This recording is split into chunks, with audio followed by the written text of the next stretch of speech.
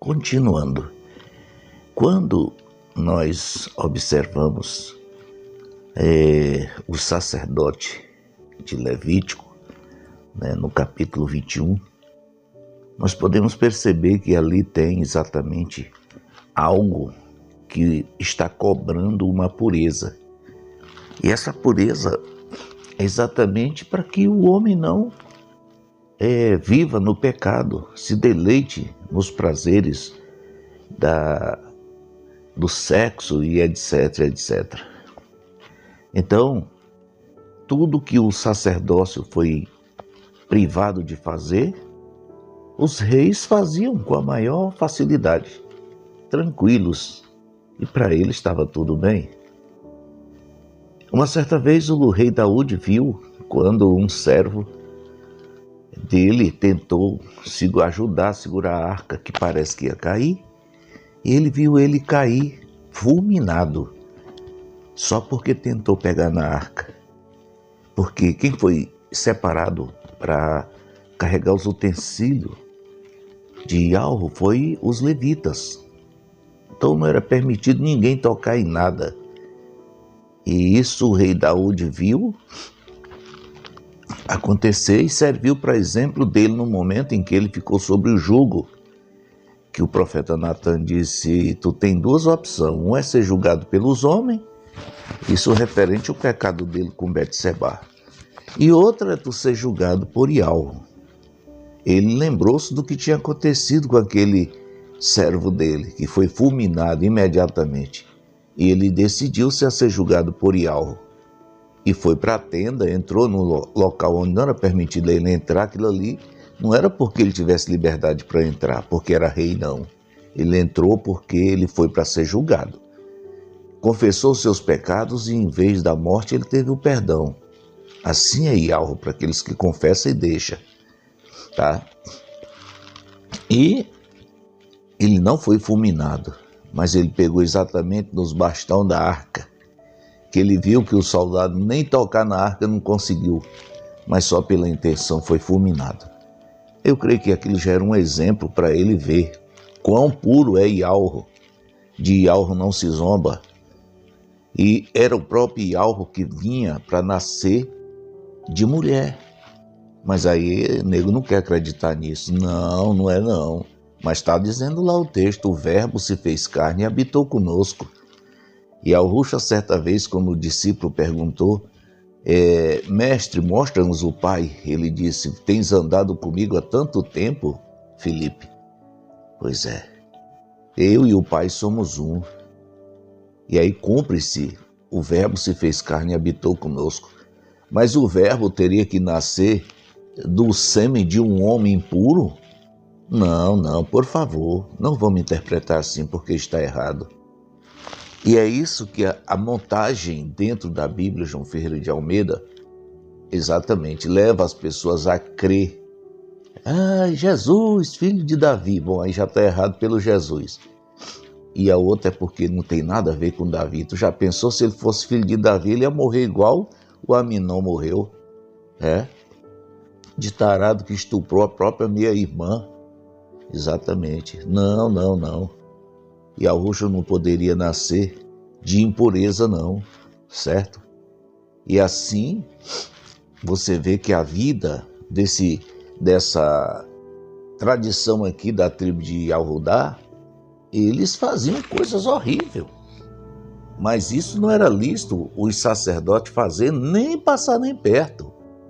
É tão tal que Levítico 21:9 diz que se a filha de um sacerdote chegasse a se prostituir, ela, de certa forma, acabava com a carreira do seu pai, profanava a descendência dele, aí ela morria queimada e ele tinha que ser afastado do sacerdócio, porque não servia mais, porque havia se contaminado com o pecado. Tu já pensou? Você sabe o que é se prostituir? É quebrar exatamente o 7º mandamento, que diz: não adulterarás. Prostituir e adulterar está na mesma casa.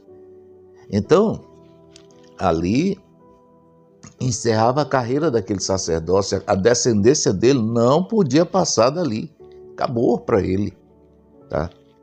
E assim foi feito tudo isso para o nascimento de Yahushua.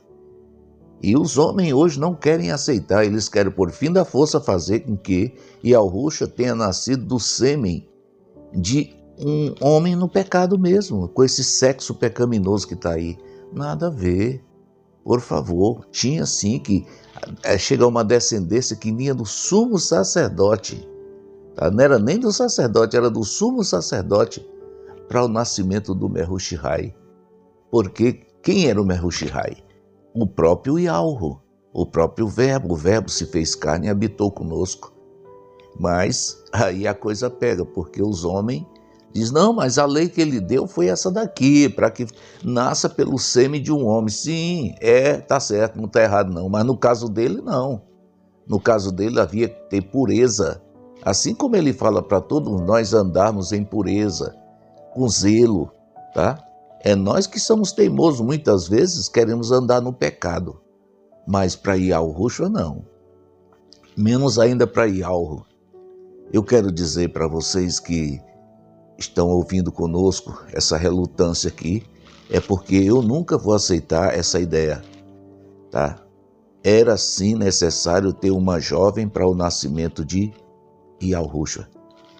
E nós podemos ver quando ele fez o boneco, que fez o homem à sua semelhança, ele soprou em sua narina. Aí a gente vai ver que aqui há um combate também referente ao sopro, porque inventaram também uma maracutaia dentro da Bíblia João Ferreira de Almeida, do tal do Espírito Santo. Diz que quando ele foi imergido, o Espírito Santo desceu nele sob forma de pomba. Mas o próximo verso diz, se eu não me engano é o verso 17, diz que ouviu-se uma voz que descia do João Maial dizendo, este é o meu filho honrado em quem eu me comprazo. Veja bem, um instrumento humano para que Yahu usasse através do seu Ruha, tá bom? Então, se ele soprou o fôlego de vida no ser humano e deu a ele a vida, a Rai, né, no popular, no hebraico paleoarcaico, então, veja bem que da mesma forma ele fez com uma virgem pura, uma mulher que não foi tocada por homem nenhum. Isso foi o propósito dele, para que ele pudesse habitar naquele corpo daquela mulher. Eu não posso duvidar dessa maravilha que ele fez, não. Pelo outro lado, nós temos o testemunho. Ainda voltando atrás na questão da pomba, nunca a pomba desceu sobre Yahushua, porque a pomba é do espiritismo, é a pomba gira. Não tem nada a ver. Ah, mas é o Espírito Santo. Não, nego, isso aí não tem nada a ver, não. Porque a prova de que o Ruha do Altíssimo é um vento, desde o momento em que ele soprou na nossa narina o fôlego de vida. Ele, exatamente, é o Ruha do Altíssimo. O fôlego de vida é o vento. E ali nós temos também o texto lá de Yahu-Hanan, quando Yahushua conversa com Nicodemos. Ele disse, o vento sopra de onde quer que tu não ouça, nem de onde vem, nem para onde vai. Assim são os nascidos do Ruha. Por quê? Porque é um vento, tá? Ele não tem forma, tu não sabe de onde ele está vindo, nem para onde ele vai. Mas quando tu vai para Atos 2, tu encontra lá no versículo 2 dizendo que um vento impetuoso tomou conta daquela casa. Ali tinha gente de todas as nações e eles receberam o Ruha de Yahu e passaram a falar a língua hebraica paleoarcaico, tá? Porque isso é confirmado. Os discípulos disseram, como nós estamos ouvindo eles falar em nossa língua mãe, viu? Isso aqui prova. Então todas as provas estão exatamente contra quem aceita essa história que Yahushua é filho de Davi, descendente da tribo de Judá. Pode ter certeza que isso aqui não bate. E o outro ponto é exatamente esse.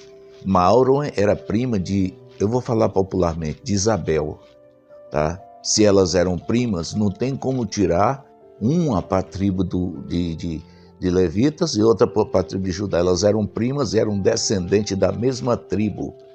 Isso é fato, e contra fatos não há argumento. E Yahushua diz que nascido de mulher, nenhum homem se igualou a Yahu-Hanan. Por quê? Ele foi nascido de mulher, mas ele era do Ruha do Altíssimo. Você já pensou o que foi que Herodes fez?